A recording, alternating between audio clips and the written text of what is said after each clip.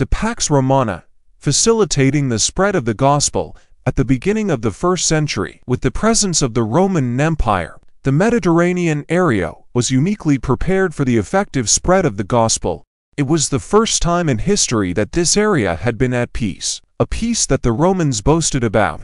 Called the Pax Romana, previous centuries had seen continuous wars between kingdoms and empires. At its peak, the Roman Empire covered almost all the territory around the Mediterranean Sea. Never before had this area been a political and military unity. This period of peace lasted for around 300 years, during which time the Church became established throughout the Roman Empire. There were wars around the periphery of the empire, particularly in Persia to the east and against the German tribes to the north, while the heart of the empire remained mostly at peace.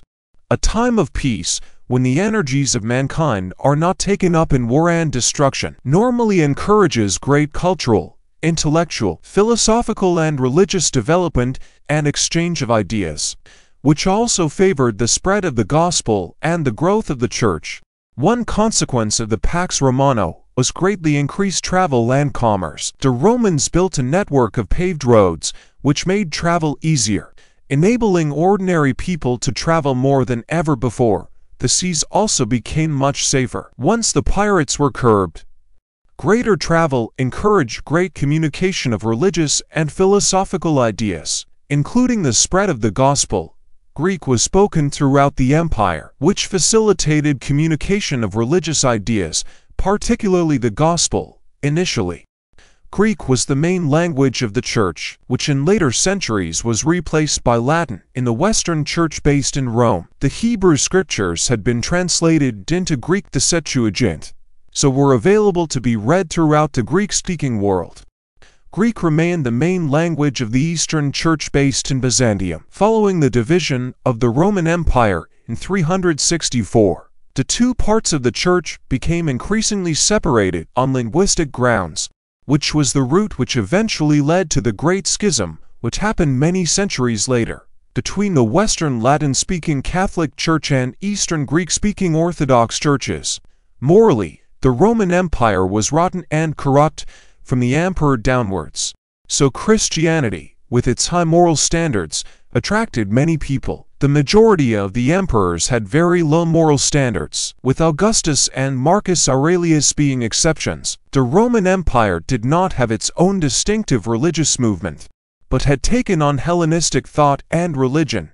This was declining in popularity, leaving a spiritual vacuum. Many people were searching for something which would give them faith and hope. This explains the popularity of the new mystery cults, but especially the readiness for people to respond to the gospel. Many Gentiles would regularly attend the synagogues, which were present in most major cities around the empire.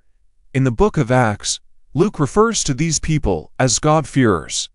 They were attracted to the moral values and belief in the one true God of Judaism, but had not become proselytes. Many of these people were eager to respond to the gospel during Paul's missionary journeys. However, the presence of the Roman Empire also had negative effects on the Church. Before the fire of Rome in AD 64, Christianity was seen by the Roman authorities as a sect of Judaism. Because Judaism was a legal religion, the state protection granted to the Jews automatically extended to the Christians. In the book of Acts, the Apostle Paul frequently appealed for Roman protection against persecution by the Jewish authorities. A significant example of this was his appeal to the emperor. Acts 25:10. Following the fire of Rome, Nero was blamed for starting the fire because it was known that he intended to rebuild the city as basically a monument to himself. To take the blame off himself, Nero accused the Christians of starting the fire. This created a distinction between the Christians and the Jews in the eyes of the Roman authorities, and brought in the first of many periods of persecution of the Church by Rome, an increasing threat to the Church, beginning towards the end of the 1st century and growing in the following centuries, was the worship of the emperor. Several emperors made this compulsory as a way to unite the empire, as Christians could not worship another god than Jesus. They were seen as disloyal citizens and therefore persecuted.